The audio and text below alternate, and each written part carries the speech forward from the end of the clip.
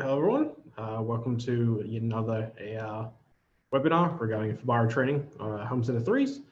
Today we're just going to be roughly covering ducted heating and cooling systems, primarily using the Cool automation system.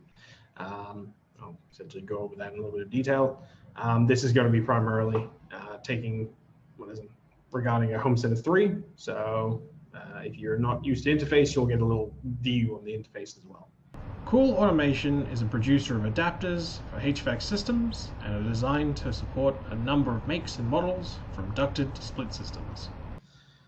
So firstly, a bit of description about the actual Cool Automation system as a whole, as a product range. So how the Cool Automation system works is there's three types of devices that we'll go over in a bit more detail. There's the CoolLink Master, there is the Cool Bridge, and then there's the CoolLink hubs. They all cover three separate areas, but we'll essentially go over those in detail. So how you generally control those systems is you can either use the phone app, which comes available with the product as well. So you install that, configure the device onto your phone app, and then you control your HVAC system with that. Or you can use a third-party product app for it. In this instance, we're going to be using the Home Center 3 controller, as the entire Cool Automation series supports a coding language which is available for the Fibaro system for both Home Center 2 and Home Center 3. How it generally communicates with systems is it uses its REST API, so essentially it's a API interface to control things locally, or you can be done by remotely using their phone app itself. As the Fibaro system itself allows for remote access, this also means that if you do connect it up to your Fibaro system using your API, you can also control it remotely as well. So firstly, we have the CoolLink Master, supports up to 256 indoor units, which is probably more than you'll ever need in the system, but it's good to know that you can actually have those. What it does is actually connects up to your VRV or VRF system for your outdoor unit, and then we'll be able to actually detect all your individual connected devices inside that system itself. So each one of those devices will receive, so let it be a split system, normal ducted system. It will create a ID on your actual Cool Automation system. As you can see there's a couple of line IDs for living room, dining area, kitchen. Not sure if you can read them due to resolution, but each one of those individual ones can be controlled separately. That also creates the necessary line IDs for you to actually be able to control that through your Fibaro unit as well. So once that's actually added through, you can then add those to your Fibaro unit as well and control those individually as well.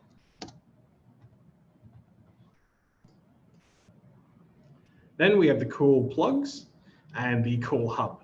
So what the CoolHub is it's just a simple controller that is designed to be able to connect up to multiple different units based upon the plug that's connected up to it. So there's a couple of plugs available. There is the Mitsubishi units, Fujitsu, Daikin units. And essentially what they do is they connect up to single systems and just give you line IDs for that system.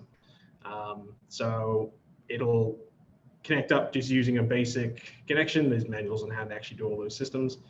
And once that's connected, much like with the much like the Cool Automation, the Cool Master Net controller itself, will actually give you your line ID. As you can see on the interface there, it has a little thing which says L4, which is line 4, and then we'll have a number after that. We'll get into that a little bit later. But also this will connect up to the internet as well, so it allows you to actually get your phone app running through it as well as your local access for your Fibaro unit. Then we have the CoolLink Bridge, which is more of a wider range of things. It covers radiant electrical underfloor heating. It covers chillers. It covers zone control, and it also covers FC and WS systems as well. This is essentially your system if you just want to be able to control a wide variety of things that might not be supported by the other two products. These guys can control systems like Actron devices as well. So they pretty much cover everything that's necessary if you're controlling general HVAC systems as well. Cool Automation adapters have a control method which allows for integration through Fibaro Home Center 2s and Fibaro Home Center 3 home controllers. As such, you're able to use your Fibaro to have two-way control over your connected HVAC system. So I'm going to simply show you how to integrate these with the Fibaro Home Center 3. So this is the Home Center 3 interface. I'm simply just going to log into the control itself using default credentials, considering I haven't configured this. So from here, all you have to do is we have to have a quick app installed in this. So I already have a quick app available for me because I'm considering I made it. We will make this available for you to get if you also want to be able to test out systems. So simply all we have to do first is actually add the quick app. We could code it up ourselves, but that would take too much time, and it's a very burrowing process to actually go through. So we're simply just going to upload it straight to the controller. So all we have to do is simply press add, select other device, and then up here there is a quick app, create, as well as upload file. And we press on this upload file. We simply just select the device we want, which is Cool Automation HVAC 3, Home Center 3, and it actually creates our Cool Automation system. So what you would generally do for this is this just pops up in your network straight up. There is a little configuration for it to actually allow it to display the temperature as well, but as my system is currently not connected to a HVAC system, it's not going to give me a temperature. Instead, it's going to give me an error code. So I remove that for the time being. And from here, this is the interface you'd actually be having to use it. So at the current point in time, it's off. It doesn't have a temperature set for it. It's essentially set its fan speed to low, and it's currently set on cool. So simply just close that down, and I'll show you a little bit of the back end for that system as well. So under devices, and then under this device itself, what we'll see is the key little information we need. Firstly, these variables. Your devices will actually give you the IP address of the unit that's actually connected up once it's being connected to a unit. You will simply need to change that IP address. The port will always stay the same. That is always the TCP port that is actually used for communication between essentially your Home Center 3 and your actual Cool Automation unit itself. So from here, you'll also be able to get temperature monitoring as well, which will go through like a normal Home Center 3 thermostat. And then we have the edit preview function here. So we could just simply press little buttons on this device itself, such as we could press it turn on. As you can see, the interface changes turn on, set itself to 24 degrees. Occasionally, because I had to adjust this so it was easy to do, the commands don't go through occasionally. So that goes active, set it to high speed. There you go. And then you can set things such as auto to cool commands, and so on and so forth. So this will just pop up an interface and just display like this. Very easy to control. All of the necessary backend stuff has already been done for you. So once this loads, as you can see, this is universal between all three of the devices. So the Cool Automation Net, the Cool Master Net, the CoolLink hubs and plugs will use the exact same system, and the CoolLink Bridge will also be able to use this. They made it so all their command structure was just very easy to understand and very easy to code up accordingly. And essentially, all you would have to do if you would actually get this yourself is once it has generated a line ID for your device, is just simply change the line IDs under these things. So an example, my one is currently line 2, and it's ID number 39. I can adjust this, you'll need to adjust these individually. I think there's about 14 mentions of that through this entire system. You just have to change that to your actual model of controller.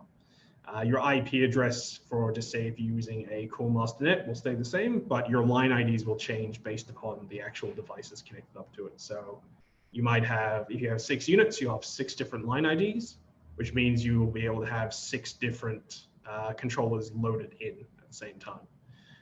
So they all control individually through Home Center 3 like normal.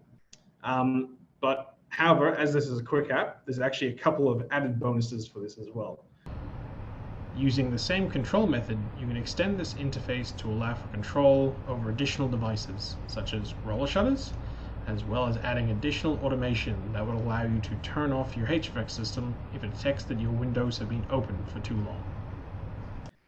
You can actually use this to control not only your actual HVAC system itself, but actually control additional devices actually connect up to your home center as well. So let's just say we wanted to control, in this instance, I'm just going to show you how to set it up so it actually controls the roller shutter. If I could turn the camera and actually have one to the side here, you'll probably hear it when it switches over. But simply all we have to do is just add ourselves another configuration. So if I press preview,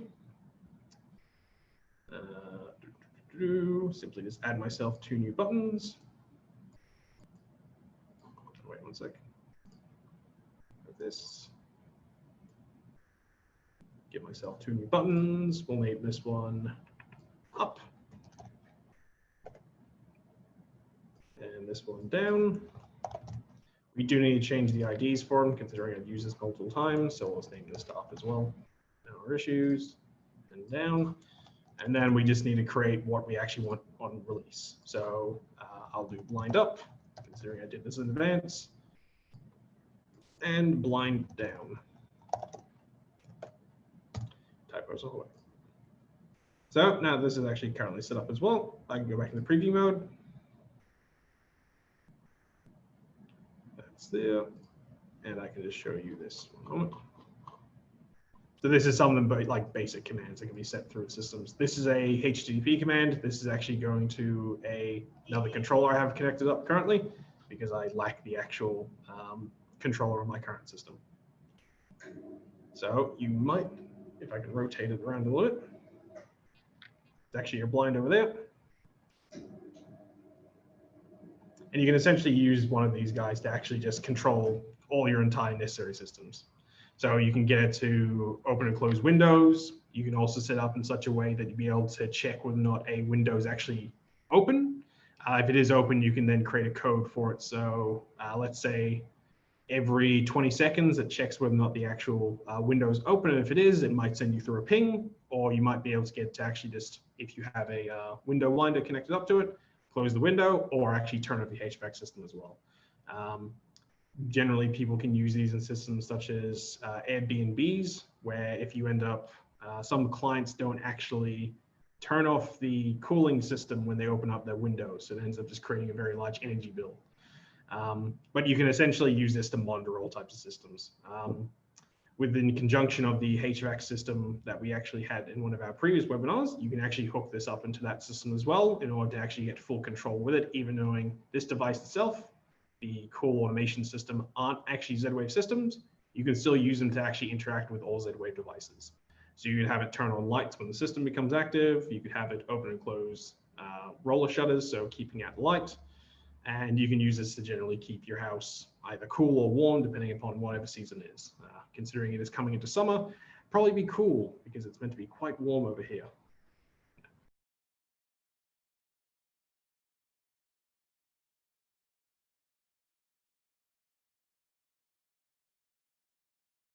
What you can actually do is if you send us through an email, I can essentially just send you off a little manual on how to use that system.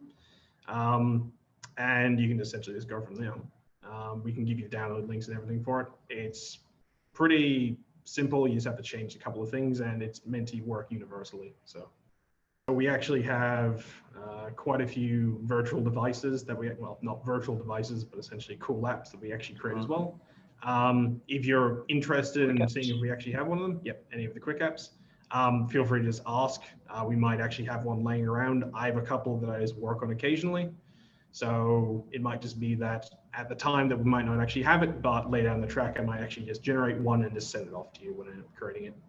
So yeah, so you can email us at either office@dhsys.com.au. My personal email, because I'm actually tech support, is mark@dhsys.com.au. You can also just simply go to our website, or you can give us a call as well. If you're also in the Victoria area due to us being no longer in lockdown, well, primarily in lockdown, you can also visit us in the showroom as well. We can actually show you some interesting stuff as well.